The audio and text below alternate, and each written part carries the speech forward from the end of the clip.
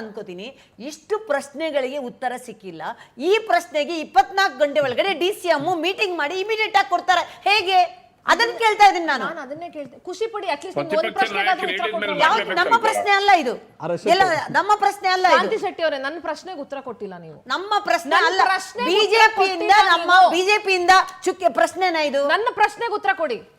BJP ಪ್ರಶ್ನೆ ನನಗೆ ಬೇಡ, ನನ್ನ ಪ್ರಶ್ನೆಗೆ ಉತ್ತರ ಕೊಡಿ ಕಾಂತಿ ಶೆಟ್ಟಿ. ನಿಮ್ಮ ಪ್ರಶ್ನೆಗೆ ನಮ್ಮ ಅಧ್ಯಕ್ಷರು ಆಲ್ರೆಡಿ ಉತ್ತರ ಕೊಟ್ಟಿದ್ದಾರೆ. ನಮ್ಮ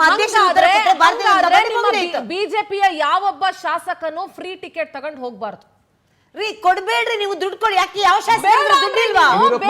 ಯಾಕೆ ಶಾಸಕ ಸುರೇಶ್ ಅವರು ಬೇಡ ಅಂತ ಲೆಟರ್ ಬರೆದಿದ್ದಾರೆ. ನಮ್ಮದೇ ಶಾಸಕರು ಸುರೇಶ್ ಅವರು UT ಖಾದರ್ ಅವರಿಗೆ ನಮ್ಮ ಇವರಿಗೆ ಲೆಟರ್ ಬರೆದಿದ್ದಾರೆ. ದಯವಿಟ್ಟು ನಮಗೆ ಕೊಡಬೇಡಿ, ಇದು ನಮಗೆ ಬಹಳ ನೋವಾಗಿದೆ.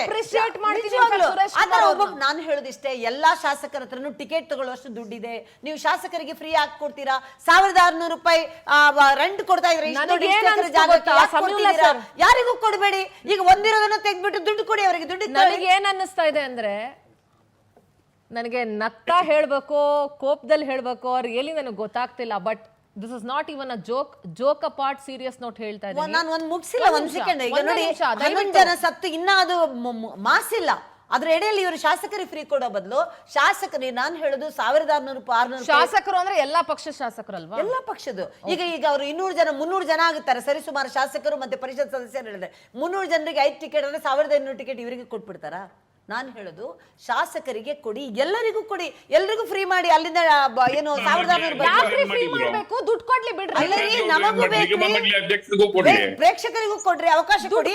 ಬರೀ ಶಾಸಕರಿಗೆ ಯಾಕೆ ಕೊಡ್ಬೇಕು? ನನ್ನ ಪ್ರಶ್ನೆ ಏನ್ ಗೊತ್ತಾ ನಟರಾಜ್ ಗೌಡ್ರೆ, ಹೆಂಗೋ